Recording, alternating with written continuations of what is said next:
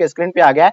निम्नलिखित में से कौन सा विकास का सर्वोत्तम यानी आपका संकेतक है? तो विकास का जो है सर्वोत्तम मतलब जो है यानी संकेतक जो माना जाता है, यानी किसको माना जाता है? तो बिल्कुल आई होप आपको पता होगा इसका विकास का यानी सर्वोत्तम यानी क्या किससे माना जाता है, ये आप हमें बताइएगा। तो बिल्कुल आप लोगों का आंसर बिल्कुल परफेक्ट आ रहा है। इसका आंसर आपका हो जाएगा यानी आकार में वृद्धि, यानी आंसर आपका आकार में वृद्धि यानी बिल्कुल परफेक्ट आंसर हो जाएंगे। क्वेश्चन देखिएगा, दूसरा नंबर क्वेश्चन आपके स्क्रीन पे आ गया है।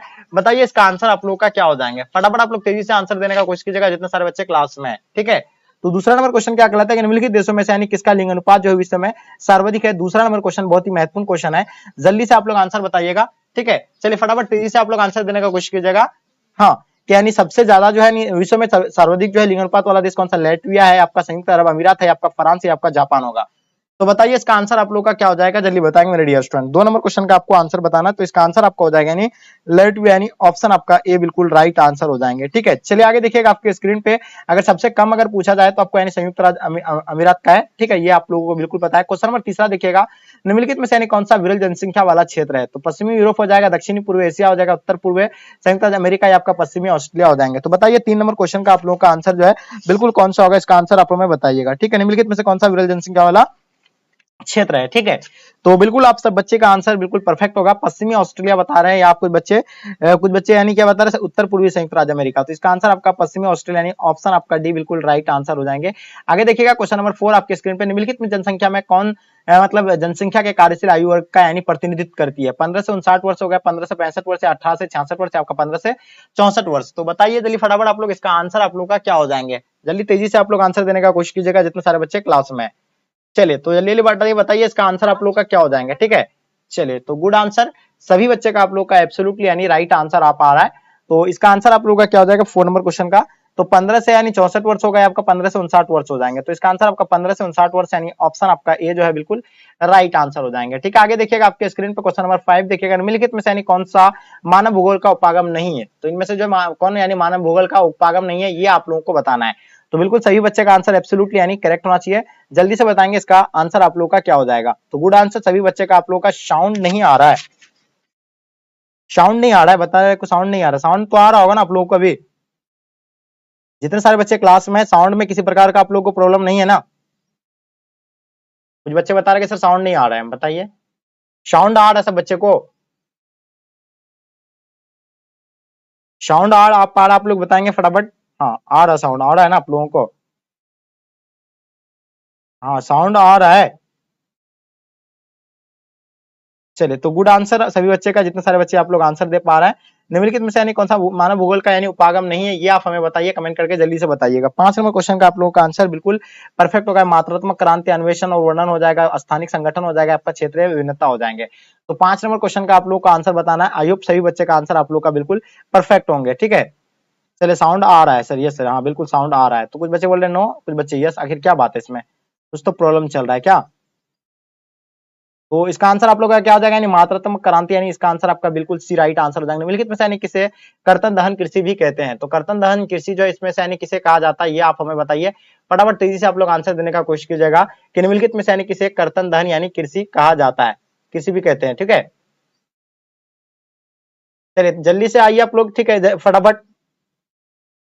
निम्नलिखित में से यानी किसे कर्तन दहन कृषि भी कहते हैं? सघन निर्वाण कृषि को, या आपका आदिम निर्वाण कृषि, या आपका विस्तृत वाणिज्य अनाज कृषि, आपका मिश्रित कृषि हो जाएंगे। तो बताइए 6 नंबर क्वेश्चन का आप लोगों को आंसर बताना है। तो इसका आंसर हो जाएंगे आदिम निर्वाण कृषि, यानी ऑप्शन आपका भी बिल्कुल राइट आंसर हो जाएंगे, ठीक है। चलिए बिल्कुल आप सभी बच्चे का आंसर एब्सोल्युटली यानी करेक्ट आंसर आ रहा है। चलिए बहुत बढ़िया, तो बिल्कुल आप लोगों का answer option B will be the right answer हो जाएंगे, जितने सारे बच्चे आप लोग का आंसर दे पा रहे हैं। क्वेश्चन नंबर देखिएगा 7 नंबर क्वेश्चन क्या कहलाता है कि निम्नलिखित में से यानी कौन यानी रोपण फसल है? 7 नंबर क्वेश्चन का आप लोग आंसर बताइएगा, काफी इंपॉर्टेंट क्वेश्चन है।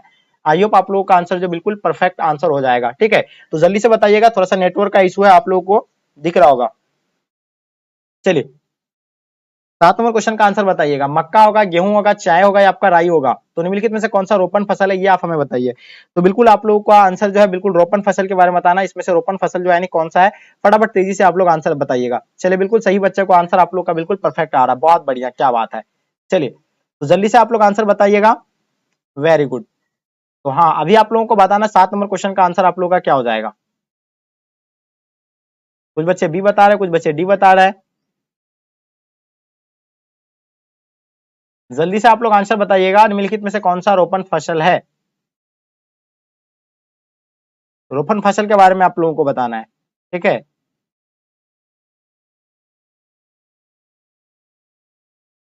तो बिल्कुल सभी बच्चे का आंसर आप लोगों का एब्सोल्युटली यानी करेक्ट होना चाहिए, ठीक है। तो इसमें से रोपण फसल यानी कौन सा हो जाएगा आपका, यानी मक्का होगा, या आपका यानी गेहूं होगा, या आपका चाय होगा, या आपका राई होगा।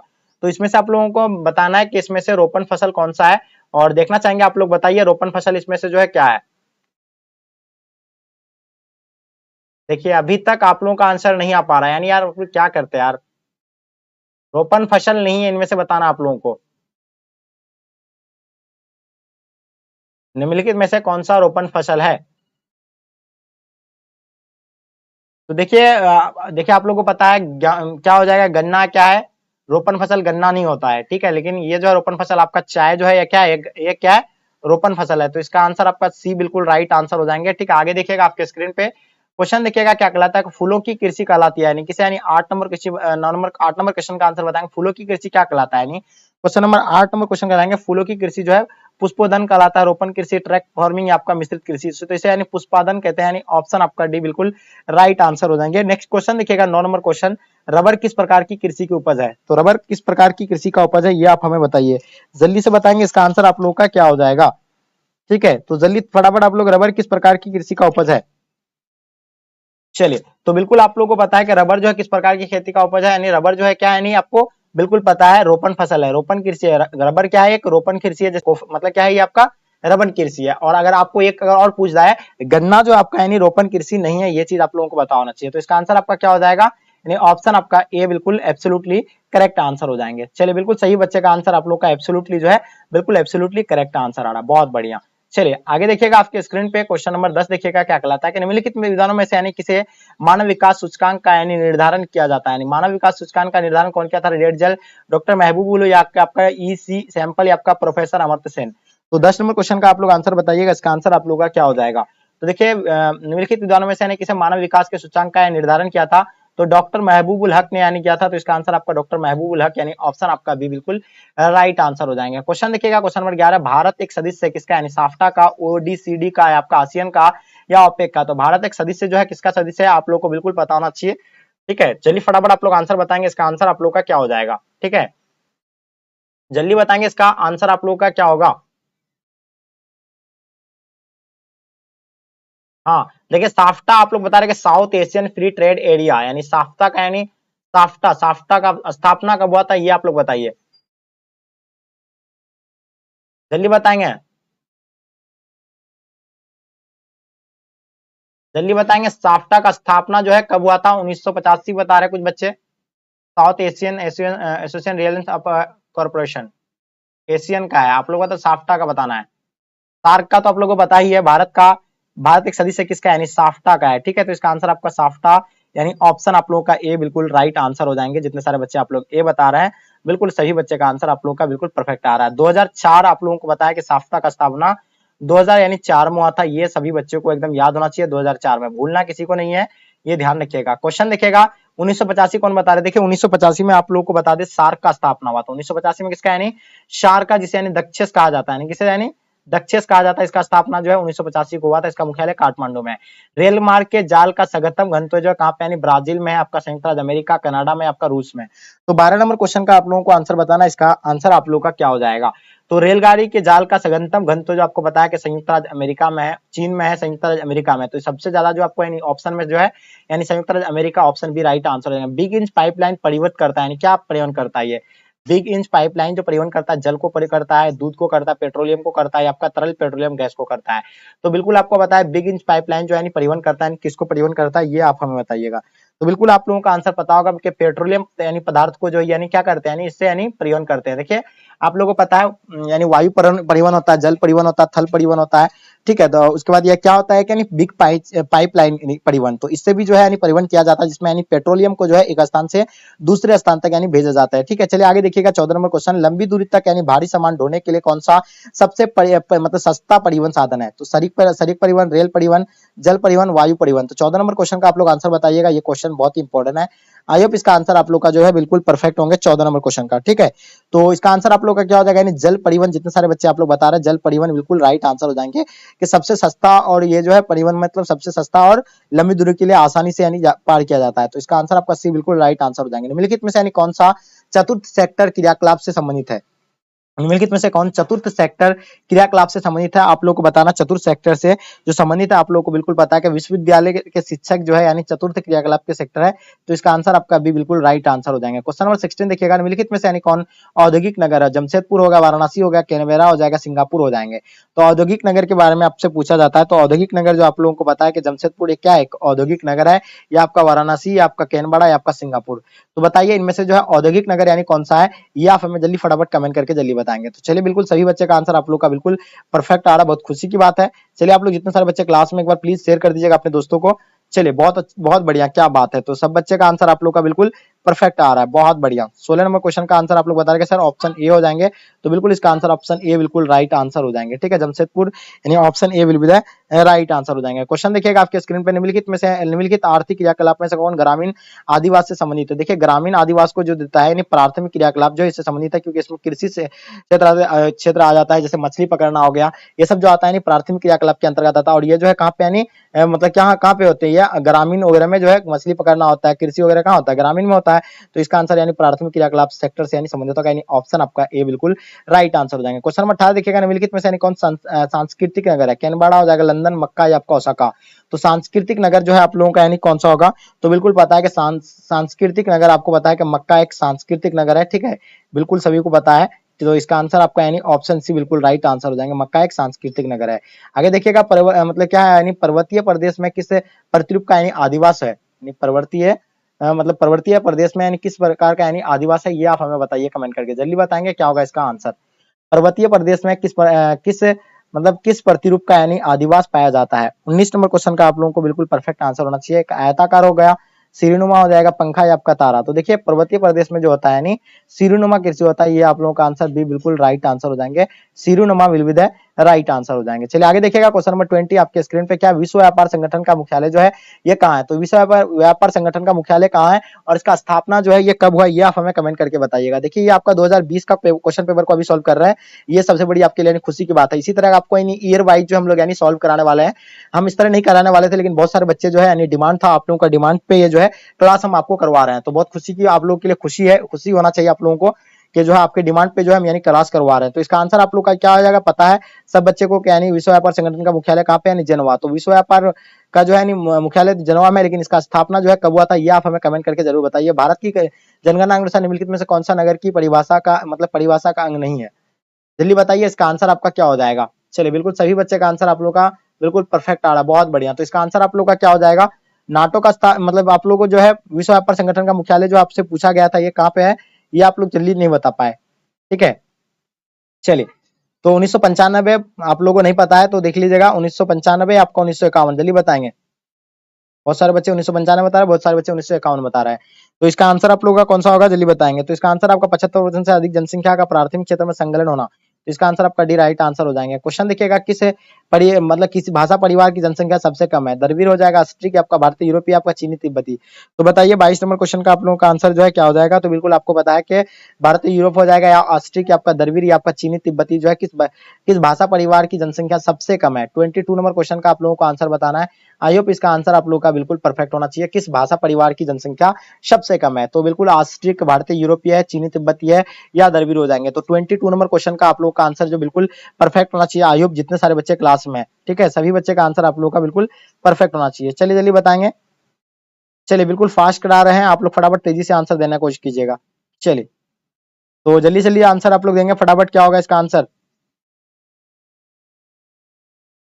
इसका आंसर आप लोग का चीनी तिब्बती हो जाएंगे। इसका आंसर आप लोग का क्या हो जाएगा, यानी चीनी तिब्बती, यानी ऑप्शन आपका डी बिल्कुल राइट आंसर हो जाएंगे। ठीक है, नेक्स्ट क्वेश्चन देखिएगा आपके स्क्रीन पे, मानव विकास सूचकांक में भारत के निम्नलिखित राज्यों में से यानी किसका यानी कोटि जो है उच्चतम है। तो बिल्कुल आप लोगों को पता है कि मानव विकास सूचकांक में भारत के निम्नलिखित राज्यों में से जो है किसकी उच्चतम है। तो आप लोगों को पता है कि सबसे ज्यादा जो है शिक्षा साक्षरता वाला राज्य जो वही है, और वो जो है मानव विकास में भी सबसे अधिक है। तो ये आपका हो जाएगा केरल। आपको पता है कि यहाँ के लोग लगभग 90% लोग जो यहाँ के लोग क्या है यानी शिक्षित है। तो ये बिल्कुल प्लस आपको बता रहा है 90% प्लस अब लोग, यानी 100 में जो है 90+ लोग जो है क्या वहाँ के यानी शिक्षित है, जाहिल बहुत कमी है। तो सबसे ज्यादा जो है आपका कहाँ पे यानी केरल में है, तो इसका आंसर आपका केरल यानी ऑप्शन आपका डी बिल्कुल राइट आंसर हो जाएंगे। क्वेश्चन देखिएगा 2011 की जनगणना के अनुसार भारत की जनसंख्या क्या था, यानी 2011 की जनगणना के अनुसार भारत का जनसंख्या 121 करोड़ था, 102.8 करोड़ था, या 118 या 131 करोड़। तो बताइए इसका आंसर आप लोग का क्या हो जाएगा। 24 नंबर क्वेश्चन का आप लोग का आंसर बिल्कुल आई होप परफेक्ट होना चाहिए। तो 24 का आंसर आप लोग का 121 करोड़, आप लोग को बिल्कुल पता होगा कि 121 करोड़ जनसंख्या था। इसका आंसर आपका ए राइट आंसर हो जाएंगे। निम्नलिखित में से प्रदेशों में कौन सा सुपरलेखित प्राचीनतम नगरी बस्ती है, मोटा मुशर्रफ पे में हंसंग की घाटी, नील घाटी या आपका सिंधु घाटी। तो 25 नंबर क्वेश्चन का आप लोगों को आंसर बताना, इसका आंसर आप लोगों का क्या हो जाएगा। तो सिंधु घाटी आंसर आपका बिल्कुल डी राइट आंसर हो जाएंगे। तो इसका आंसर आपका डी बिल्कुल एब्सोल्युटली राइट आंसर हो जाएंगे। ठीक है, नेक्स्ट क्वेश्चन देखिएगा आपके स्क्रीन पे 26 नंबर क्वेश्चन। हीराकुंडा परियोजना जो अवस्थित है कहाँ पे, उड़ीसा में स्थित है, छत्तीसगढ़ में, मध्य प्रदेश में, आपका झारखंड में। तो हीराकुंडा परियोजना जो अवस्थित है कहाँ पे स्थित है, 26 नंबर क्वेश्चन का आप लोगों को आंसर बताना है। तो देखिए हीराकुंडा परियोजना के बारे में आप लोग को पता है, आई होप सभी बच्चे का आंसर आप लोग का बिल्कुल परफेक्ट होगा। जल्दी से आप लोग फटाफट आंसर देने का कोशिश कीजिएगा। चलिए, तो बिल्कुल सभी बच्चे का आंसर आप लोग का एब्सोल्युटली करेक्ट आंसर आ रहा है, बहुत बढ़िया, क्या बात है। बिल्कुल मेरे शेर और शेरनिया बहुत आप लोग का तैयारी का लेवल जो है बिल्कुल गुड है। तो जितने सारे बच्चे क्लास में प्लीज एक बार आप लोग शेयर कर दीजिएगा अपने दोस्तों को, ठीक है, ताकि आपके दोस्त जो है सो क्लास में जुड़ पाएंगे और काफी मजे के साथ यानी क्लास को करने वाले हैं। ठीक है, करेंगे। चलिए, तो आप लोग एक बार शेयर कर दीजिएगा अपने दोस्तों को। तो इसका आंसर आप लोग का क्या हो जाएगा। चलिए, तो बिल्कुल इसका आंसर आप लोग बता रहे हैं सर ए हो जाएगा। तो 26 नंबर क्वेश्चन का आप लोगों का आंसर क्या हो जाएंगे, जल्दी बताइएगा।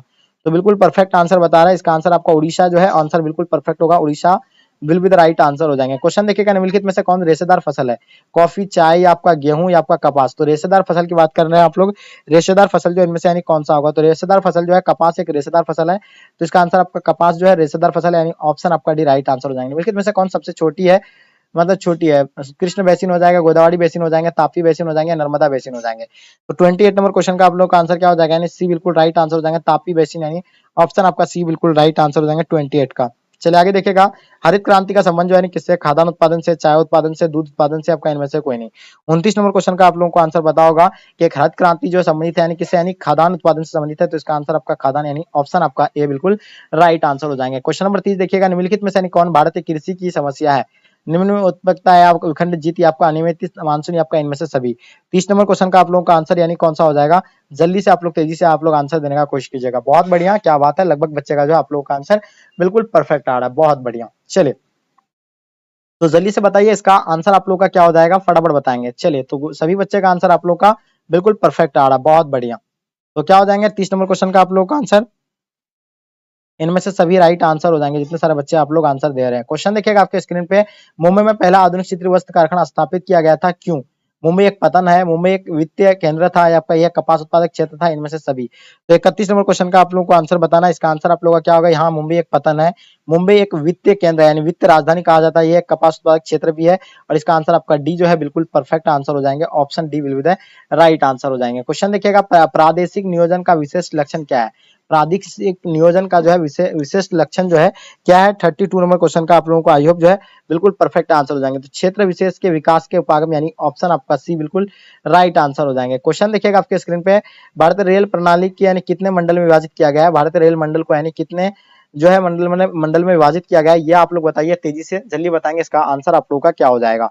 तो जल्दी फटाफट तेजी से आप लोग आंसर देने का कोशिश कीजिएगा, बहुत बढ़िया, क्या बात है, लगभग बच्चे का आप लोगों का आंसर बिल्कुल परफेक्ट आ रहा है। तो आप लोग से मेरा रिक्वेस्ट है कि आप लोग शेयर कीजिए अपने दोस्तों को, ताकि इससे आपके दोस्त को भी हेल्प होंगे। तो 33 नंबर क्वेश्चन का आप लोग आंसर बताइए, क्या होगा इसका आंसर।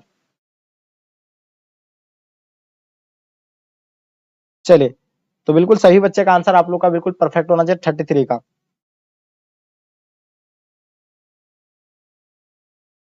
चलिए जल्दी आंसर बताएंगे, क्या होगा इसका आंसर।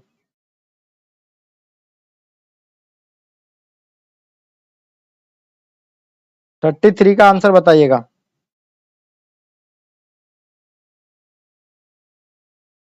तो बिल्कुल आप लोगों का आंसर बिल्कुल परफेक्ट आ रहा है, यानी इसका इनमें से कोई नहीं होगा, ठीक है, इनमें से कोई नहीं होगा क्योंकि इसे 18 जोनों में बांटा गया है। नेक्स्ट क्वेश्चन देखिएगा, क्वेश्चन आपके स्क्रीन पे 34 नंबर क्वेश्चन, भारत में वायु परिवहन सेवा की शुरुआत जो है कब हुआ था। तो वायु परिवहन की शुरुआत जो है आप लोगों को पता है कि ये कब से हुआ है, ये बिल्कुल भी बोलना नहीं है। तो आप लोगों को पता है कि 1947 से, आपका 1911 में, आपका 1921 में, आपका 1935 में। तो वायु परिवहन की शुरुआत जो है ये कब से हुआ है, ये आप लोग बताइएगा, जल्दी बताएंगे तेजी से। वायु परिवहन की शुरुआत जो है कब से हुआ है, वायु परिवहन की शुरुआत, वायु परिवहन, जल्दी बताएंगे कि शुरुआत कब से हुआ है।